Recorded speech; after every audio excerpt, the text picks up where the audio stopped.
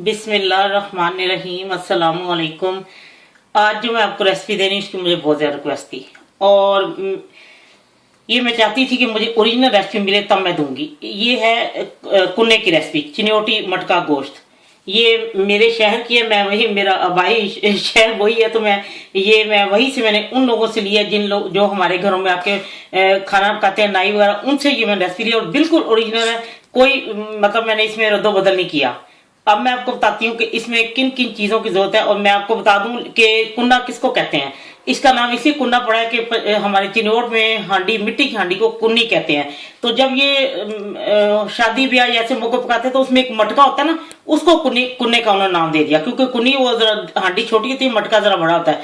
तो उसमें उन लोगों ने ये फिर तैयार करना शुरू किया, तो इसका नाम है कुन्ना। और इसको ये है कि आप ये जो मैं रेसिपी दे रही हूँ बिल्कुल मैंने ओरिजिनल ली है और इसमें कोई साबुत गर्म मसाले वगैरह नहीं, जो सी डलती है मैंने खुद पास खड़े, लास्ट ईयर में गई थी तो मैंने ये रेसिपी वहां से लेके आई हूँ ओरिजिनल, अपने जो हमारे खानदानी नाई है उनसे लिए, जो बचपन से हम खाते हैं। तो अब मैं आपको बताती हूँ कि ये कैसे ये तैयार किया जाता है और इसमें किन किन चीजों की जरूरत है।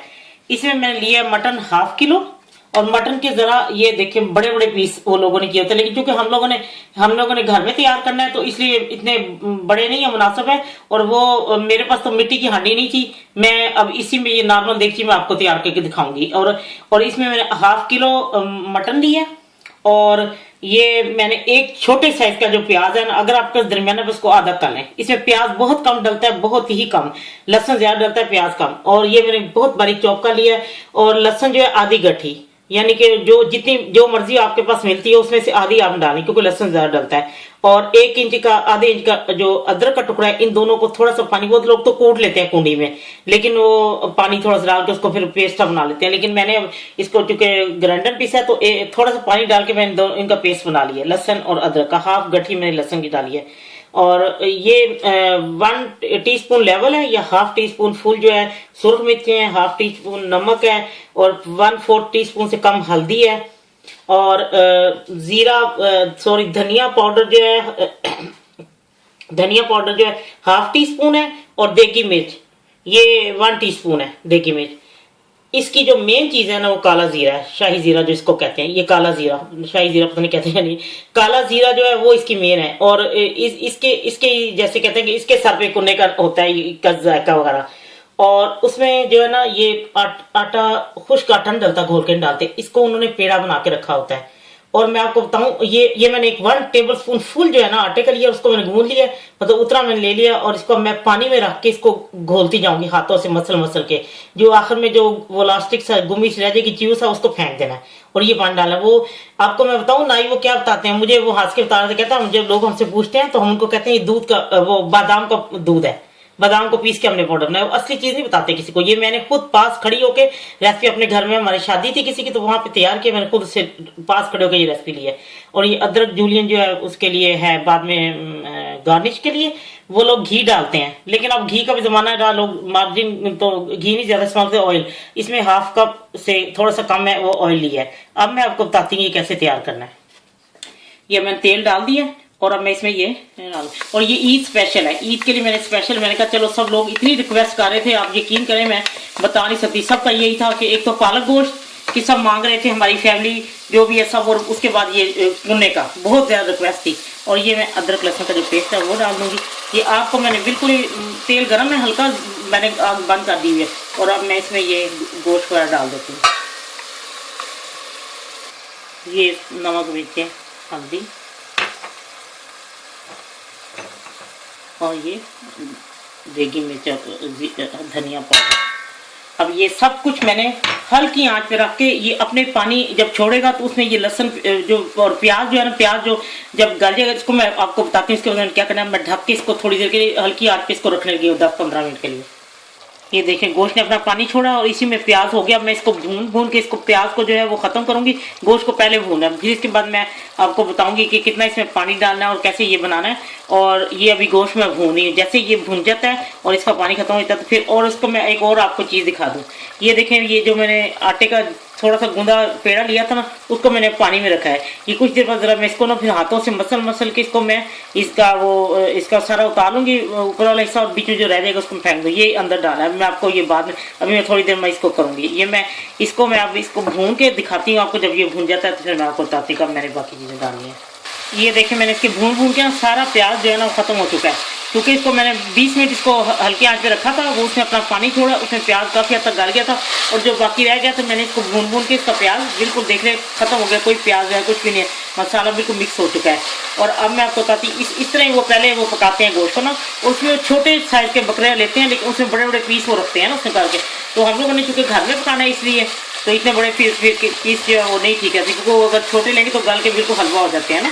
तो ये अब मैं इसमें 2 गिलास पानी डालती हूँ और इसको मैं फिर पकने के रखती हूँ। जब ये हाफ डन से थोड़ा सा बिल्कुल मुकम्मल नहीं गला, यानी कि 70% गल जाएगा ना, 80%, तो फिर मैं आपको बताती हूँ क्या करना है। और इसको जब वो लोग पानी इसमें डाल के ना, तो इसको वो मिट्टी के चूँकि मटके होते हैं उसको सील कर देते हैं आटे गीले से। उसके बाद वो उन्होंने नीचे ज़मीन में गड्ढे बना के उसमें उन्होंने आग रखी होती है, उसके अंदर वो उसको जैसे कहते हैं ना एक दफन कर देते हैं, वो उसको उसमें दबा के पकाते हैं। तो उसका एक अपना जायका होता है। तो मैं अब क्योंकि घर में देखती हूँ बना रही हूँ, इसलिए घर में लोग नहीं बनाते, वो शादी पे पर लोग इंतज़ार करते हैं कब किसी के घर से हमें कुन्ने का थोड़ा सालन, कहते हैं इतना से दे दो। लोगों को बहुत पसंद है और ये वाकई बहुत अच्छा मज़े का सालन बनता है। अभी ये इसकी बहुत ज़्यादा तो मैं अब इसके अंदर पानी डाल के इसको मैं इतना पकाती हूँ। मैं जब ये हाफ डन से ज़्यादा मैं आपको बताऊँगी कि अब इसके बाद मैंने क्या करना है इसमें। अब मैं इसको पकने के रखने 2 गिलास पानी डालनी है इसमें।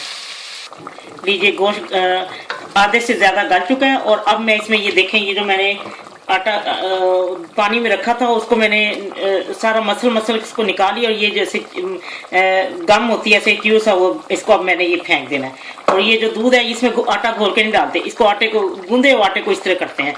तो अब मैं इसमें ये डाल देती हूँ और मैं आपको बताती हूँ। फिर वो लोग जब इसको आधा घंटा तक इसको हल्की आंच में उसमें जब मिट्टी में रख के पकाते हैं, तो उसके बाद ये जब उतारते हैं इसको, उनको अंदाजा होता है कि अब गोश्त गल जाता है। उसके बाद उसमें ये लोग फिर यही दूध जो उन्होंने इसका आटे का निकाला होता है वो, और ये जीरा, काला जीरा, इसको जरा कूट के ये हाथों से अच्छी तरह मसल के आपने इसके अंदर डाल के तो इसको दम दे देना है 20 मिनट, या देखे जब गोश्त डन हो गया। मैं इसको 15-20 मिनट दम देती हूँ, फिर मैं इसको आपको उतार के दिखाती हूँ कि ये जब तैयार हो जाता है तो डिश आउट कर लीजिए।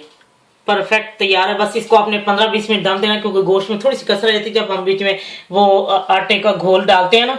लेकिन प्लीज आटा घोल के नहीं डालना जैसे निहारी में, इसको पेड़े को ऐसे हमने मसल के पानी में तो उसको डाल देना। फिर इसको आप जब और काला जीरा या उसको कूट लें या हाथों से अच्छी तरह मसल लें, बस काले जीरे को। और जब ये 15-20 मिनट ये दम पे रहेगा तो गोश्त परफेक्ट हो जाएगा। इसका शोर उस तरह गाढ़ा नहीं होता जिस तरह निहारी का होता है। तो ये आप जब बनाएंगे यकीन आपको बहुत पसंद आएगी। लीजिए ओरिजिनल कुन्ना रेसिपी तैयार है। सिर्फ कमी ये थी कि मैंने मिट्टी की हांडी में नहीं बनाया और इसको मिट्टी के अंदर दबा के नहीं बनाया, बाकी परफेक्ट है हर चीज।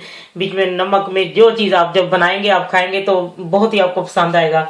और जब ये रेसिपी आपके पास पहुंचेगी तो ईद तो बिल्कुल करीब होगी, तो इसीलिए ये ईद की स्पेशल रेसिपी है। और मेरी तरफ से जितने भी ये लोग सब लोग जो मेरे वीडियो को देखें उन तमाम लोगों को ईद मुबारक और तमाम दुनिया के मुसलमानों को ईद की हजारों खुशियां आप सबको देखनी नसीब हो। अल्लाह मियां हर एक के जो है ना हर दिन वो खुश ईद बना दे, इतनी खुशियां हर एक को मिले। मेरी दुआएं हर वक्त अपने व्यूअर्स के लिए हैं। तो ये उम्मीद है आपको ये रेसिपी जरूर पसंद है। जिन लोगों ने मुझे इतना दबाव डाला था मैं कहती ओरिजिनल रेसिपी में ला के दूंगी, तो इंशाल्लाह सब लोगों को बहुत पसंद आएगी। जब आपका दिल चाहे आसान और मज़ेदार खाना खाने को तो आइए ना रिदा के किचन में। प्लीज़ सब्सक्राइब करना, लाइक करना और कमेंट्स देना ना भूलें। अल्लाह हाफिज़।